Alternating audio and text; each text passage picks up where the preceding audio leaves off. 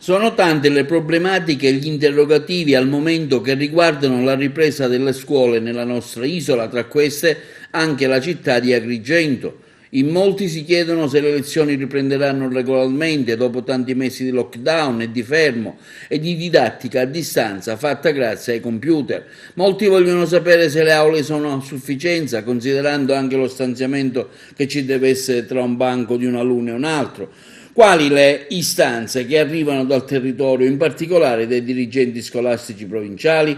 Qual è la situazione generale delle scuole nella provincia di Agrigento? Lo abbiamo chiesto alla vicaria dell'ufficio scolastico regionale di Agrigento, dottoressa Elvira De Felice. L'ufficio sta lavorando in coordinamento con l'ufficio scolastico regionale e con il Ministero. Siamo strettamente interconnessi, abbiamo svolto tutte le attività necessarie per garantire l'inizio dell'anno scolastico, si è avuto il reperimento delle aule, i dirigenti scolastici hanno manifestato tutte le criticità che siamo riusciti a risolvere.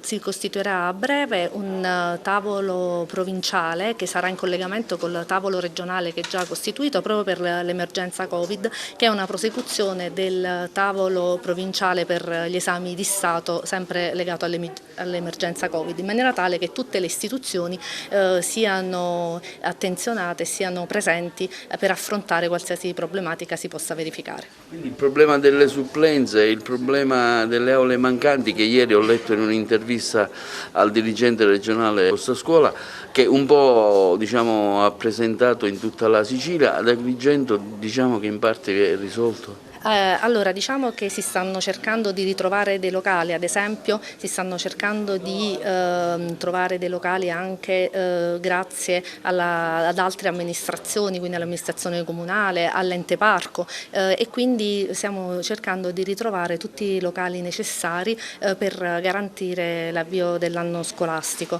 Certo è un momento importante, è un momento difficile per tutti, per gli operatori della scuola, per dei genitori, per i ragazzi, ma sono sicura che tutti quanti insieme, ciascuno per le proprie responsabilità e per il proprio lavoro, si sta indirizzando per il raggiungimento del nostro obiettivo, che è un obiettivo al quale guardano anche nel resto del mondo, perché la scuola è importante, parte la scuola, riparte il paese. Noi siamo in continuo collegamento con i dirigenti scolastici e c'è un continuo monitoraggio sia da parte dell'ufficio scolastico regionale, quindi tramite noi con i dirigenti scolastici, e cerchiamo di volta in volta di rispondere a tutte le istanze e tutte le preoccupazioni dei dirigenti. C'è un'interlocuzione con la prefettura?